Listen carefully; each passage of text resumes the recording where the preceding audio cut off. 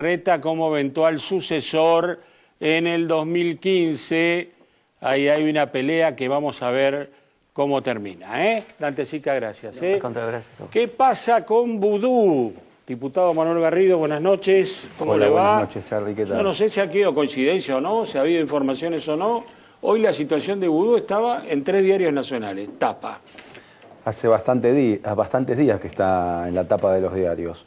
En parte por su propia actitud frente al juicio y por plantear cosas que manifiestamente son inviables. Cuando la Cámara de Casación termina diciendo algo que era previsible desde hace mucho tiempo... Claro, porque él fue a la Cámara de Casación diciendo, mire, acá no hay ninguna acusación concreta, sáquenme de este juicio. ¿Fue eso lo que Exactamente, dijeron? Él provocó de alguna manera el desenlace y que la situación vuelva a estar en el centro de la atención pública. Y de alguna manera desencadena la expectativa sobre el próximo paso del juez, que tiene que resolver sobre el pedido de indagatoria que hizo el fiscal. O sea que estamos ahora en una cuenta regresiva. El fiscal pidió la declaración indagatoria y el juez tiene que resolver. Ahora, a mí lo que me suena muy fuerte, que me hace suponer que hay un clima pesado, son este testigo Capdevila que dice que se tiene que ir por amenazas, alguna transcripción que hay hoy de que supuestamente un socio de Vudú habría amenazado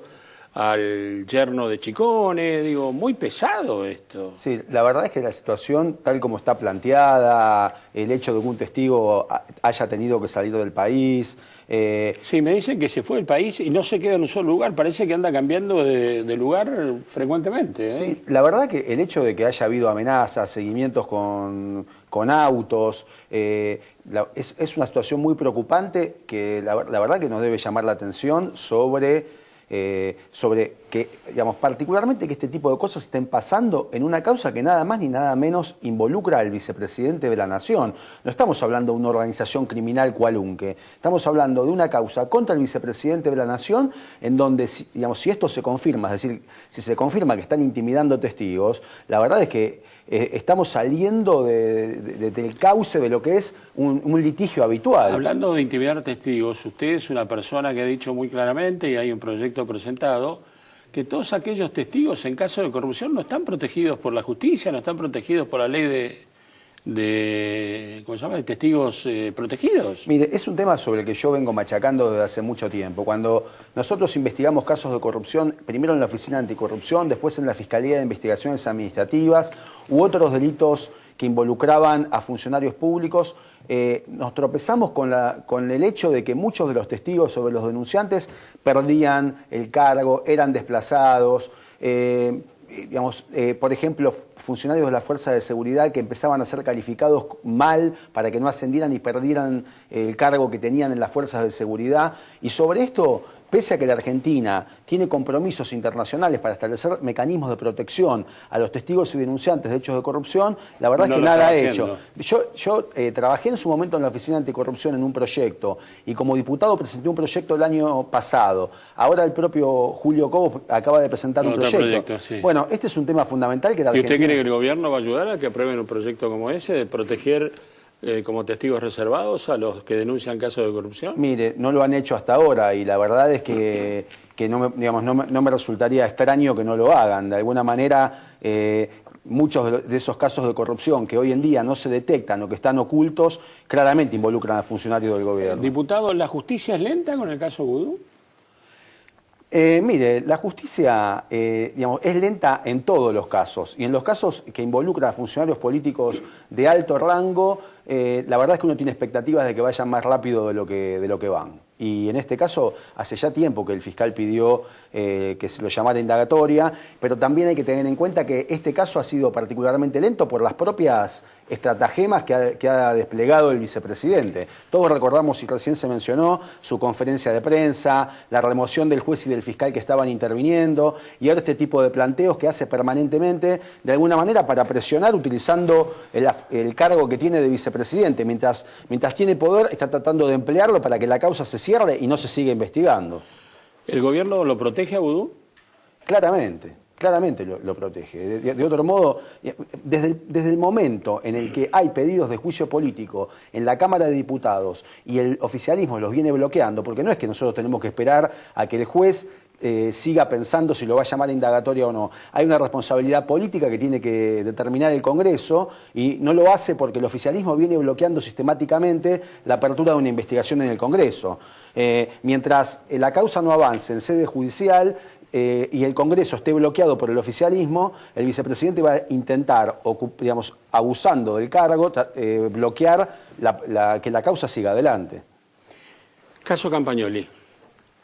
Y bueno, es otro caso que muestra el abuso en algunas... ¿Es frecuente que lo juzguen a un fiscal por investigar de más? Cuando, bueno, él investiga, aparece en hilo, lo gira el fiscal que tiene la causa. Mire, no es frecuente que se investigue y que se remueva a ningún fiscal. La verdad que los casos en que se han removido fiscales en los últimos 20 años, uno los puede contar con los dedos de una mano y son básicamente casos en que fiscales se han involucrado en casos de violaciones de los derechos humanos o casos de mobbing de los fiscales, es decir, abuso de los fiscales sobre el personal con el que trabajan. No se ha removido ni acusado a ningún fiscal por deficiencias en su actuación.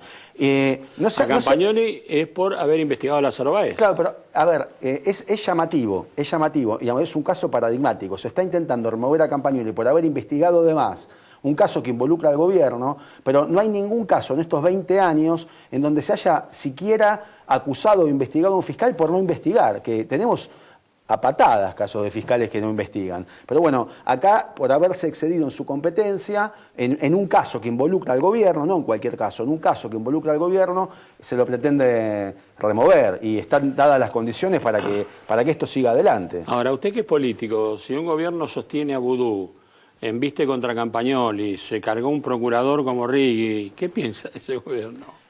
Bueno, está claro que el gobierno en todo este tiempo, y pese a que viene bloqueando el avance de las causas, está claro que hay muchísimos casos de corrupción y de hecho el gobierno lo que viene es tratando de que esos casos no avancen y bueno, y acá lo que está tratando es disciplinar a los fiscales. Un fiscal que osó investigar en un caso que involucra a altos funcionarios del gobierno, bueno, lo echan para que todos los demás sepan lo que está pasando. Y esto es interesante, el contrapunto entre Vudú y Campagnoli. Campagnoli todavía no lo juzgaron, no hay ninguna decisión, no tiene ninguna causa judicial en contra de él. Sin embargo, desde el mes de noviembre está suspendido. Lo suspendió está suspendido y avanza, lo quieren juzgar durante el Mundial. Está suspendido sin haber cometido ningún delito, ni haber sido juzgado, ni nada por el estilo. Directamente lo suspendieron. En cambio, Vudú hay una causa que avanza y sin embargo el gobierno oficialmente dice que es toda una operación de prensa. Las dos caras de la moneda son así. Las dos caras de la moneda, exactamente. Un minuto, la última pregunta. El gobierno lleva adelante un proyecto de conjueces y nombramiento de jueces suplentes.